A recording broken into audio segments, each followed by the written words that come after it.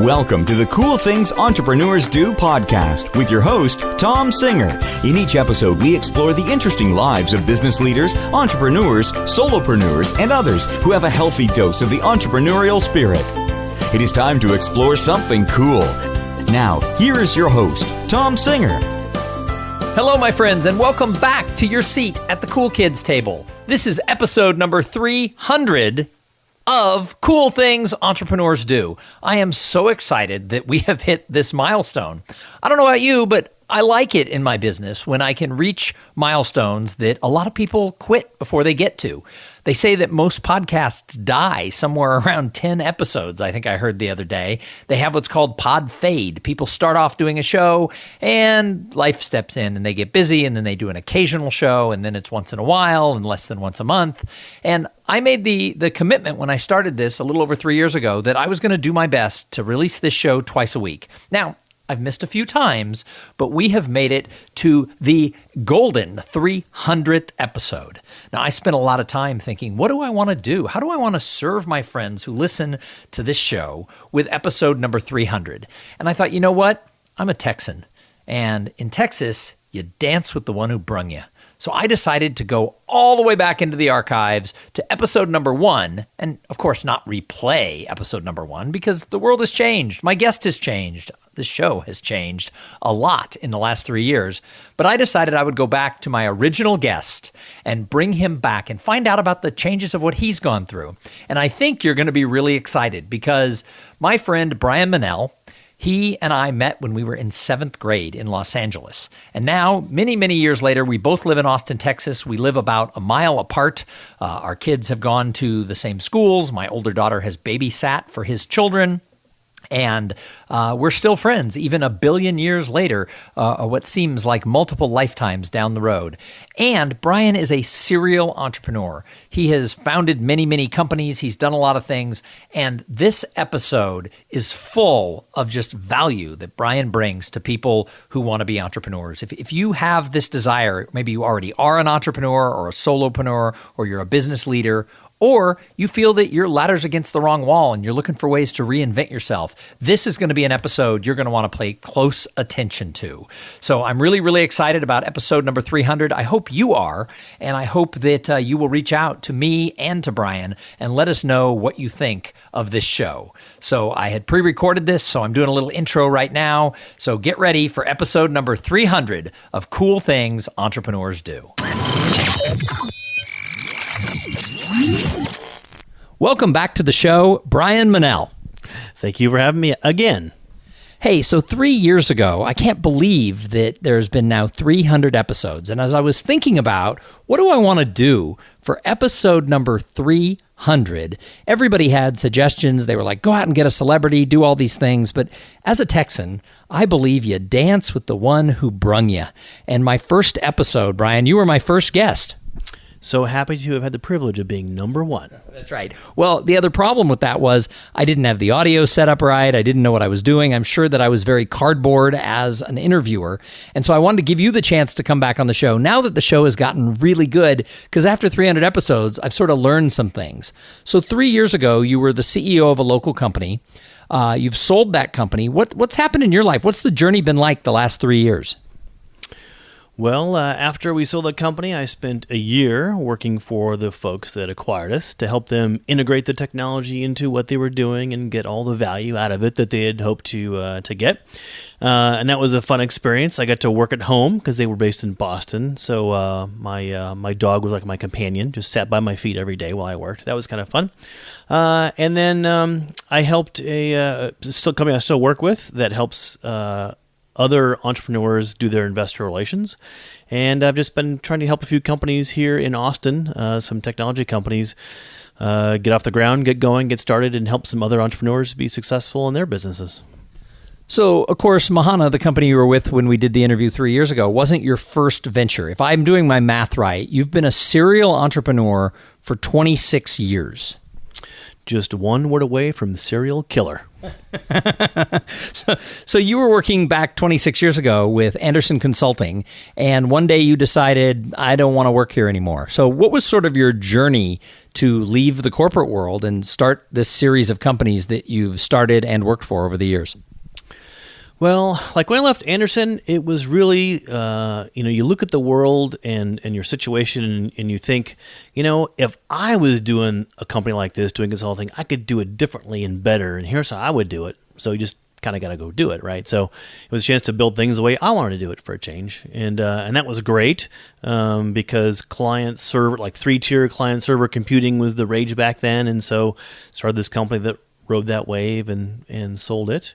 And then later it was the internet in 97, started that company to take advantage of internet technologies and took the company public. So it's always like, what's the cool new thing that interests me from a technology perspective? So one of the things that people may not know about Bryan Menell is he actually went to high school with somebody who is quite interesting. Who was that, Bryan? That would be you, Mr. Tom Singer. Yeah, so Bryan and I went to high school together in Southern California, and over the years, through just a series of moves, we both ended up in Austin, Texas. I'm actually doing this interview from Bryan's media room in his house, which is about 4 blocks away from where I live. But if we went way back, even before 26 years ago when you started your first company, when we go back to like middle school, you were already interested in technology in the 70s before most people. I can remember calling you up saying, hey, a bunch of us are going to the mall. I think there's, a bunch of other people there. There'll be some girls there. And you were like, no, I'm actually learning to code. What got you interested in technology as like a preteen? Well, a good mutual friend of ours, his mother had bought an Apple II computer, and we just played with that thing like crazy. And the junior high school that we went to, there was a group of parents that thought it would be a good idea maybe to get some Apple IIs for the school, and students could learn computing skills and things like that. But of course, our principal, in his infinite wisdom, decided that computers were a passing fad, not something that they should invest any time or money in. And that would be just a waste of energy. So there were no computers in junior high school until many years later. So I was actually thinking, as you were talking about a group of parents who wanted to have computers in our middle school, I was thinking, I didn't know there were computers in our middle school, but it's good to know that's because there weren't, not just because I was out, doing something else. Yes, there were none. So in high school, there were a few. There was a computer lab with some IBM PCs. There was one teacher who kind of knew something about the computers, but not a whole lot, because I discovered that his password on the system was password, and found all the answers to all the tests that were there, whatever. So it was the early days, let's say. But you got interested in this whole technology wave, and you realized, unlike Principal Salter or whatever his name was, you realized that this was not a passing fad. What was it about that made you observe that there's something to do with this technology? At first it's kind of a fun thing, right? Like you write out instructions and the computer does exactly what you tell it to do. Sometimes, unfortunately, it does do exactly what you told it to do, but not what you wanted it to do, but it does what you told it to do. And so it's sort of a fun kind of creative thing in a way, right? And then as for me, as I went on, I discovered that, businesses actually use these tools to do business and track inventory and all sorts of things. So you take something that you already think is kind of cool and dorky and fun, and then you use it in a business context where people find it valuable, then it gets even more interesting, at least for me. Well, and I can remember in high school, I was working in a restaurant and then a tuxedo shop to earn extra money. And if I remember correctly, you were doing computer, where you were like the IT guy at 17 years old for a company in the area where we grew up. Yes, I was like managing a database for a manufacturing company, their bill of materials, all sorts of things. It was green screen, of course. It was pretty ugly back then, but it was super fun, and it was more fun than scooping ice cream or something. So fast forward to today. So you've owned and bought and sold a bunch of companies, and now you're consulting with some companies. But what are you doing? What are you looking forward to the future? What's the next thing? What's interesting to you now? The thing that I spend my spare time reading about these days is where I think is the next shift. As I mentioned, for a while, in the 90s, it was 3-tier client server, and I had a company that worked on that. And then 97, it was like internet. Now I research what I think is the next big thing, the next big paradigm shift, which is the blockchain and decentralized ledgers and everything else. So it's super interesting, I think. So blockchain is something that I've heard a lot about and I've read a little bit about. And of course, it's tied directly to a lot of the stuff around the cryptocurrency, the Bitcoin and things like that. But I don't really understand what is blockchain. I mean, it sounds like blocks and chains. I don't know. And I'm sure people listening are like, I've heard of that, but I don't know what it is. What is it and why is it interesting? And why is it something that people sort of with a future mind look, entrepreneurs who are looking to what's next, why is this something that, in your opinion, people should be watching? Yeah, so, and I just want to preface this by saying I'm a total noob at these things, but I read a lot and I find it super interesting, and I'll tell you the things I think that are interesting to me about it. One kind of canary in the coal mine, I think, is if you look at TED this year, the national TED Talks, for the first time ever, 2 of the talks were on blockchain. And I think next year, like 5 will be on blockchain, and next year maybe 25, right? So I think you'll see that grow and increase. The people, when people talk about Bitcoin, they get caught up. They think only about the currency, the cryptocurrency, and it's just skyrocketing in value, and that's interesting and it's easy to understand. But the thing that's more interesting about it is all the underlying cryptography, the distributed ledger system, and the mathematics around it is much more interesting because that applies to all sorts of areas, not just Bitcoin. So the thing I find interesting about it is the highly distributed nature of how it works. I don't want to take up your podcast talking about how it kind of like works because it's a little bit complex, mostly like boring. But the thing I find exciting about it is it's the way that it creates value and wealth is in a very distributed way. And in the last big paradigm shift we had with sort of Web 2.0, value creation and wealth was very focused on the venture capitalists and the Mark Zuckerbergs of the world and the Sergey Brins of the world. And those folks built a whole lot of wealth for themselves because they were building monolithic databases and systems that they owned and controlled. And that's the exact opposite of how the blockchain works. The blockchain is massively distributed across thousands of computers. And completely public and all out in the open. So nobody owns it, nobody controls it. And so the people that will generate wealth from it will be the ones that help to improve it. And it could be a 17-year-old kid in Bolivia who makes some aspect of it better, more efficient, and then he gets rewarded with coins like Bitcoin as part of the work that he does. And as it grows in value, then his part of it grows in value. And so it'll be a much more distributed creation of wealth worldwide. And that's sort of one of the aspects I think that's just going to be fascinating to watch, but it's like round zero. I mean, we're at the very, this is like when you got your first Netscape browser and you could view HTML pages, right? But nobody had yet invented like SSL and SMTP and FTP and like all those other protocols that people needed for it to function that we use today. This is still like, that stuff hasn't been created yet. So it's ground zero. So it's going to be interesting to watch. So people who listen to this show regularly know that I always bring up the fact that I think entrepreneurs are observers. And I always ask people, like, who do they admire? And we might come back to that later. But you're bringing up a point that entrepreneurs are observers in a different way than I usually bring up in this podcast. And that is, you're seeing something in its infancy. You're not sure where it's going to go, but you've gotten excited about all this that's happening.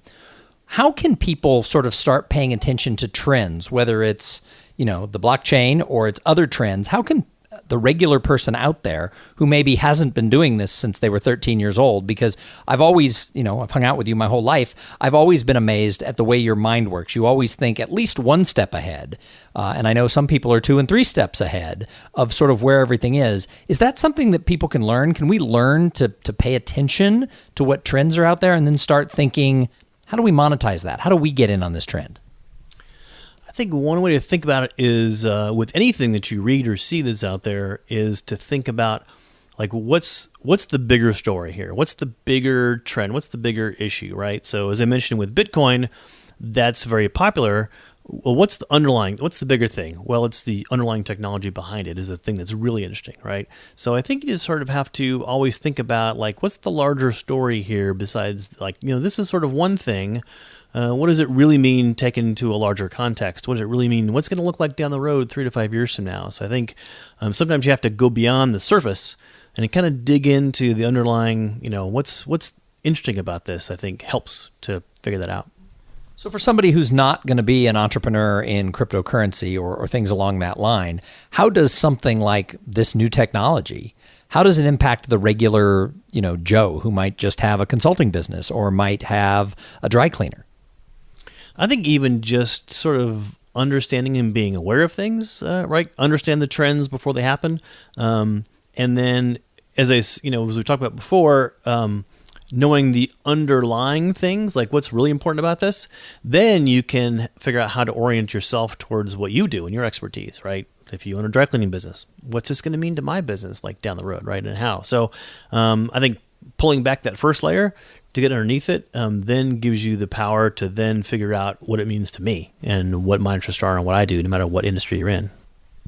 So in addition to, blockchain and cryptocurrency, what are some of the other trends that are happening in technology? Because when I think of Bryan Menell, I think of you as a technology entrepreneur. So let's take this, sort of micro focus into tech.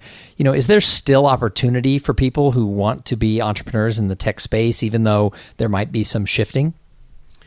I mean, there's always opportunity, but one of the things that's really interesting, I think, is as I read and observe what's going on, is the cost of computing power is getting cheaper and cheaper all the time, free in many instances.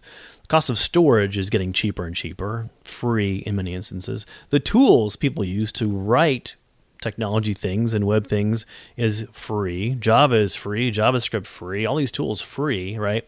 So the cost to create these things is going down and down and down and approaching free. But at the same time, if you look at the news, the companies that are venture-backed in Silicon Valley are raising larger and larger rounds of money, which seems counterintuitive. Like, why do they need to raise that much money if all these tools and technology and computing power is like free or cheap? What is all that money for? So one of the things I think is interesting is that, at least in technology, it's cheaper and easier to use the tech and to do things with it, but it's getting more and more expensive to take it to market, right? To scale it up. It's becoming more expensive to, build the sales organization, to do the marketing, get through the noise out there, because there's just a proliferation of everything, right? So I follow marketing technologies frequently, and in 2012 there was like 500 marketing technology companies out there, and a year later there was like 1,000, and now there was like 7,500 different companies just in marketing technology. It's a little sliver of the technology world, and there's 7,500 companies in that space, right? So like there's just massive proliferation, and it's harder to stand out. And so I think that's where people use the money, is to scale and penetrate markets and get advantage over people that aren't able to raise that kind of money. It's a crazy world out there. So in 26 years of being an entrepreneur and having started a lot of companies, grown companies, sold companies, gone to work for existing companies, been a consultant, what are, the basic changes? What are some of the biggest changes, aside from the marketing stuff you just talked about? What are some of the other changes that entrepreneurs are seeing that maybe didn't exist or were just different 25 years ago? I think one thing, at least in the technology world, and it's happening other places too, is there's more resources than ever to help build your company. There's more incubators, there's more organized angel groups to help people at early stage capital. Now with the web, information is out there everywhere on every facet of growing your business. So there's more resources and tools. So it's been a great sort of level the playing field. Anybody now has the information to go and do things. And then so it's made it more competitive, I think, for ideas. And so a lot of those things have changed over time. But what's interesting, I think, is what's stayed the same, which is around people, right?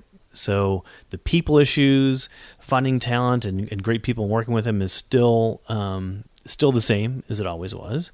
And, one of the lessons we learned at Capital Factory and starting, working with early stage companies, we thought, since we were all technologists and web people, that we could help these companies with their web problems and landing pages. And should I use Ruby on Rails or Java? Or, we thought we would help them with all these things. And that's not where they had problems. Well, the problems were related to like people. Like, hey, my co-founder's not pulling his weight. How do I deal with this? Hey, I made this deal with my aunt to give her 5% of our net profits for using her garage for 3 years. How do I get out of that deal, right? That's where they wanted help, was around people issues and things like that. And interesting, like that has not changed much. Well, and you bring up an interesting thing with people. You earlier talked about there's more angel groups and there's more access to that. How important is it for an entrepreneur in a day where, we're totally crazed with our gadgets and our social media and our clicks and our links and our likes and our follows? How important is it to network and build actual relationships face to face with people? Is it more important, less important, the same as it's always been? For the people that I talk to, and I think in my experience too, when people talk about the blockbuster deal, the relationship they got that helped make the company, the investor they met that really got behind them, it's always been a relationship. Someone they knew, someone they met, someone they introduced to. So it's, I think, probably more important than ever. And the tools these days are much easier too, between LinkedIn and social network, to understand, get in the head of someone. If you have maybe a target dream investor, this person is, for me, maybe it's someone who's working in cryptography and cryptocurrency and blockchain, like, find this person. I can go find code they wrote on GitHub around blockchain stuff today that they checked in, as well as their social feeds and like whatever. But like, you can totally understand a lot about people before you go reach out and try to have a conversation and figure out like, hey, I'd like to talk to you, and here's why I think it would be interesting to like talk. So there's more than ever to help do those such things, but the in-person is important as ever, if not more important. So almost everybody who I ask that question of on the show, entrepreneurs who have solo businesses, who are like me, they're a consultant or a speaker or an author, to people who run multi-million-dollar corporations, always, with only a couple of exceptions, over 250 plus interviews, have ever said anything different than what you just said. And yet, when we talk to people out there, everybody's looking for that shortcut to be able to find a way to connect, whether it's a like, a link, a share, or a follow. And what I try to tell people is these tools that we have are great because you can look up, you can find out where they went to school. You can save a lot of the small talk because you can get that information off of the internet. You can find out who you have in common, what charities they donate to, what things really get them going. But at the end of the day, you still have to sit down and make that real connection, because even at the level of things you're doing, don't people still want to do business with people that they know, they like, and they trust? I mean, I know that's a cliche, but isn't there still something around that?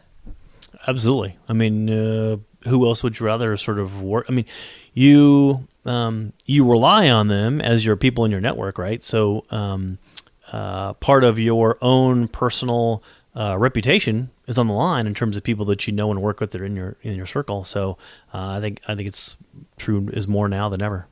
So Bryan, I have a couple more questions for you, but first I have to thank the sponsor of this episode. So this episode is brought to you by Podfly Productions. Podfly takes the time and the headache out of creating your own podcast. And let's face it, everybody these days is starting a podcast. So I know some of you who are listening, you're thinking, wait, I want to start a podcast, but it's that technical issues. It's that editing. It's all the behind the scenes stuff that I worry about that I'll never get my podcast done. Call the people at Podfly Productions. In fact, jump over to podfly.net/cool things and check out the offer that they have for the listeners of this show, because I'll tell you, they're the best vendor I've ever worked with, and I have sent dozens of people to them, and everybody calls me back and says, thank you. I never could have done my podcast if it wasn't for the people at Podfly. So go to podfly.net/cool things. So Bryan, as you know, because you've been on the show before, I call the show Cool Things Entrepreneurs Do. So what is the coolest thing you're doing these days with your business? Oh man, you're putting me on the spot right now. Since I'm working with a couple different companies, and this is a cool thing for me personally, not something cool that I'm doing for my companies, but one of my clients works in the hardware space. And I'm a software guy, right? They actually have a physical piece of hardware, circuit boards, all sorts of stuff that they make. And so it's been really fun to kind of learn about that world of hardware. And of course, hardware still has some software that controls the pieces of hardware. So there's still some software in it. But it's been fun to be out of my element and learn a little bit about how that world works of electronic devices on the hardware side of things, and even screwing boards together and plugging stuff in and whatever. It's like not something I'm used to, and it's actually like kind of fun, strangely. So that's the coolest thing for me right now is going on. So after 25 years on the software side, you're now learning the hardware. Exactly. So I always ask people who they admire in the world of entrepreneurship. And the line I usually use, and we already talked about being an observer, I think that great entrepreneurs are observers. And we already talked about observing for ideas and for trends. But I love to ask the people who come on the show, who is someone, when you look out into the world of the sea, if you will, of entrepreneurs, there's a lot of boats out there on the sea of entrepreneurship. Who is it that you look at and say, wow, that person, they're really doing something cool? I don't know. There's so many high profile, interesting people out there that everyone follows and looks up to and those sorts of things. And to look up to them and think that they're cool has a certain amount of, if you do research on survivor bias, right? It's like you see them, they have been the survivors. They got lucky. They had a great deal. They, the Mark Cubans of the world, like did fantastic things. And it's great to admire them. But I think, and I don't have an exact name for you, but I think, the type of person that I admire is someone maybe who has had the opposite, right? Who has just beat the head against the wall, against all odds, and keeps going and keeps trying to do it, always changing, always moving, but is sort of the unsung hero that I think is the person, if I knew something like a think of a name that you wouldn't know them because they're not like famous, right? But those people, I think, have a ton more to learn from because they've had lots of challenges and tried to overcome them and tried different things. They'd be much more interesting to see on TV and their life lessons, but you never will because they never had that one big breakout hit where and many people will tell you, like, I ask entrepreneurs all the time who sold companies, tell me about your story, like about the company that bought you, how did they find you, how did this all work? And probably 9 times out of 10, it's always luck. I met a guy who knew someone who thought we were doing something cool, introduced me to somebody, and they said, we want to buy your company. And so they'll always say, like, we got lucky. All the time, they say that, right? So when you see the high-profile people, they'll a lot of times tell you, like, look, we just got really lucky. We were in the right place, right time, found the right thing, So I'm interested in people that haven't, got lucky, but still keep at it every day.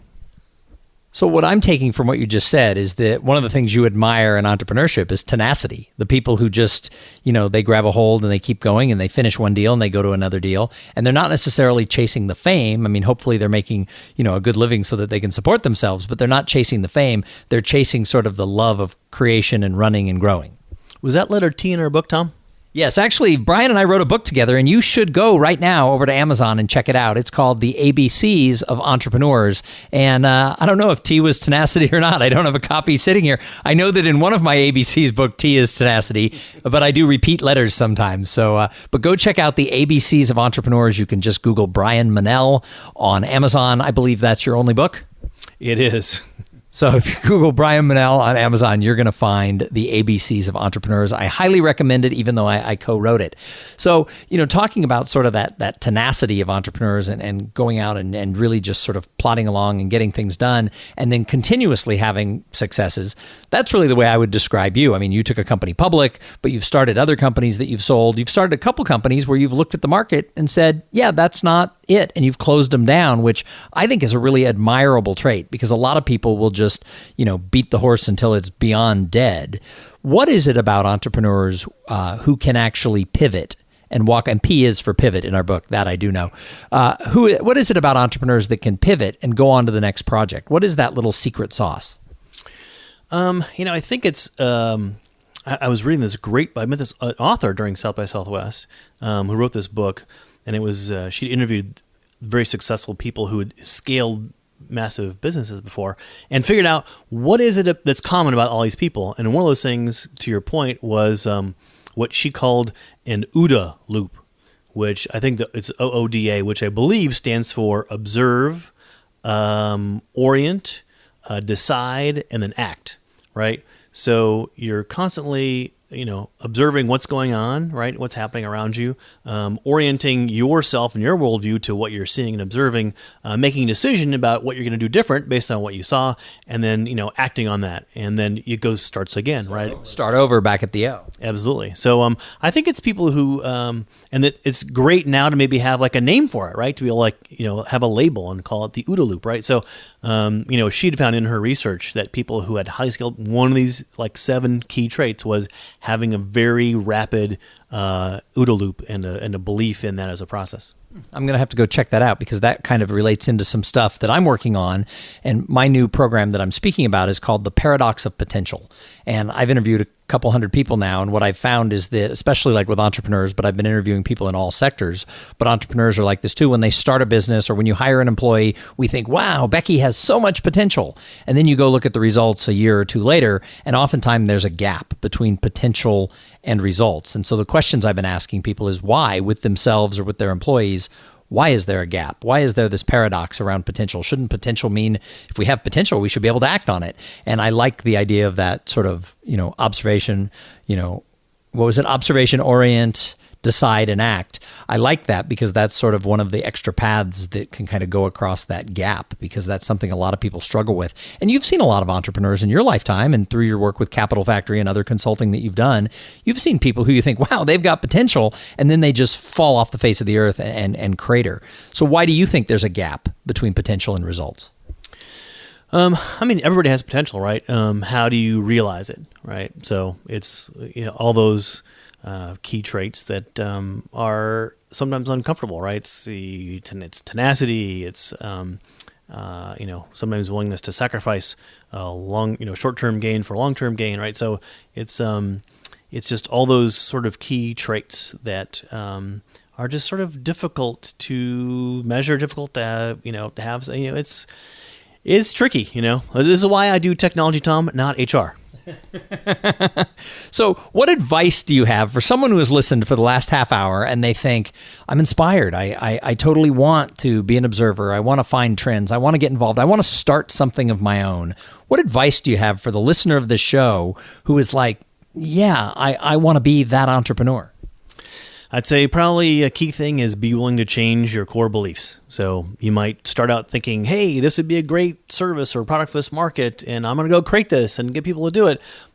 Be willing to change based on what you discover, what you find, what you hear, because the most successful folks do have that OODA loop, and that's the way you iterate and get to success. I have to say, even in Capital Factory, all the early stage companies we see when they're very, very starting, almost every single one ends up doing something pretty different than what they set out to do initially. But it's because they discovered a vein of gold somewhere that they didn't think was there, or the area they were mining didn't turn out to pan out to have what they thought it had. But while they were searching, they found some things that did, right? And they were willing to change their mindset and change what they were out doing. So always be willing to change. Don't stick to your closely held beliefs, no matter what they are.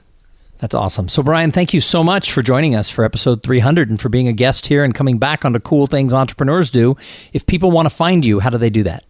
You can find me on Twitter at bmenell. That's BMENELL. That's probably the biggest place I'm in the social sphere. And I do look forward to coming back on the show and doing number 1,000. There you go. We'll have you back 700 more episodes from now. Thank you to everybody for tuning in. As I say every time, if it wasn't for the listeners, we wouldn't have a show. You can follow us on Facebook at Cool Things Entrepreneurs Do. You can jump over to Twitter, and that is at Cool Podcast. And you can always get involved with my group coaching mastermind, which is at potentialmastermind.com. Hey, we're going to be back in a couple of days with an interview with somebody just as cool as Bryan. But in the meantime, go out there and have a great day. Thank you for being part of the Cool Things Entrepreneurs Do podcast. Without your participation and listening to these conversations, there is no show. Connect with Tom at tomsinger.com and follow him on Twitter at tomsinger.